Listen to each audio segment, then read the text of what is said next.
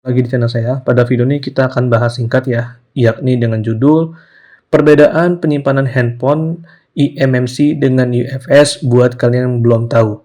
Nah, pada video ini saya jamin ya, banyak di antara kalian yang mungkin belum mengetahui apa sih ya kira-kira perbedaan penyimpanan handphone ya, baik itu eMMC maupun UFS. Nah, pada video ini kita akan mencari tahu secara bersama-sama. Yuk. Nah, jadi teman-teman, ya, bahwa pada dasarnya handphone itu sama seperti ibaratnya komputer, ya. Jadi dia tuh terdapat dua penyimpanan storage ya. Ada yang jenisnya HDD misalnya atau SSD gitu kan. Kalau kita mungkin tahu komputer ya gitu.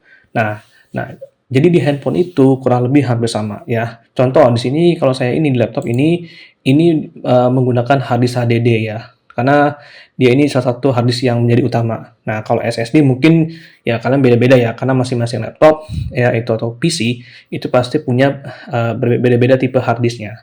Nah, jadi sama seperti handphone teman-teman. Jadi di handphone itu terdapat dua tipe penyimpanan atau hard disk ibaratnya ya. Yang pertama adalah eMMC dan yang kedua adalah UFS. Nah, untuk eMMC itu singkatannya adalah Embedded ya Multimedia Card. Nah, ini eMMC sekarang ini. Nah, untuk UFS itu singkatannya adalah Universal Flash Storage ya. Nah, jadi apa sih perbedaannya? Nah, yang pertama, kalau eMMC itu dengan UFS ya, yang pertama adalah ya, jadi untuk ponsel yang menggunakan tipe eMMC ya, kurang lebih seperti ini ya, termasuk kayak HP saya nih Oppo A17 itu ya. Ini adalah tipe yang paling lambat kinerjanya teman-teman. Nah, ibaratnya kayak di komputer, hard disk yang menggunakan tipe HDD atau hard disk HDD lah ya. Nah, jadi ketika ponsel menggunakan penyimpanan eMMC, ini akan cara kinerjanya, baik itu performa maupun cara membacanya, akan jauh lebih lambat. Jadi ibaratnya seperti hard disk HDD pada komputer, gitu. Dia akan jauh lebih lambat. Dan biasanya jangkauan umurnya ya mungkin agak lebih dikit lah, gitu ya. Gitu kurang lebih ya. Nah, kalau salah, misalnya saya salah, teman-teman bisa bantu koreksi aja. Tapi kurang lebih seperti itu.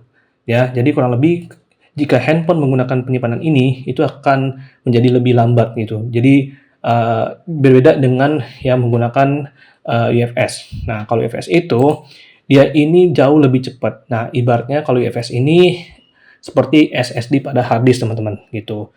Nah, dimana kalau UFS itu cara kinerjanya dan cara membacanya atau transfer datanya itu jauh lebih cepat. Nah, biasanya sih handphone ini semua beda-beda ya tergantung pabriknya, apakah mereka menggunakan eMMC atau menggunakan UFS ya. Sama seperti komputer, ada yang menggunakan hard disk HDD atau yang ada yang menggunakan SSD gitu ya. Nah, jadi untuk handphone atau ponsel ya pada Android atau iPhone itu ya itu kurang lebih sama. Ada yang menggunakan eMMC, ada yang menggunakan UFS. Nah, jadi perbedaannya itu jauh banget teman-teman. Nah, biasanya kalau HP-HP yang zaman sekarang ya, kalau mereka nggak ini ya UFS, kalau nggak yang eMMC gitu ya. Cuman ya kebanyakan sih lebih bagus ini teman-teman. Ini ibaratnya kayak SSD pada hard disk komputer gitu ya. Nah, tapi kalau misalnya teman-teman mungkin ponsel yang menggunakan ini akan jauh lebih nggak enak teman-teman gitu. Biasanya akan jauh lebih lambat, performa akan jauh lebih sedikit gitu ya, nggak kenceng lah gitu ibaratnya seperti itu ya. Jadi ya ibaratnya sama lah seperti komputer di mana yang tadi yang saya bilang sebelumnya terdapat dua hard disk, ada yang HDD dan ada yang SSD gitu teman-teman ya. Jadi perbedaannya adalah cara kinerjanya dan cara membacanya aja gitu ya. Nah, karena saya yakin di antara kalian belum banyak yang mengetahui atau bingung perbedaannya. Nah, makanya dengan video penjelasan ini yang saya sharing tadi bisa dapat membantu kalian untuk mengenal perbedaan tersebut ya.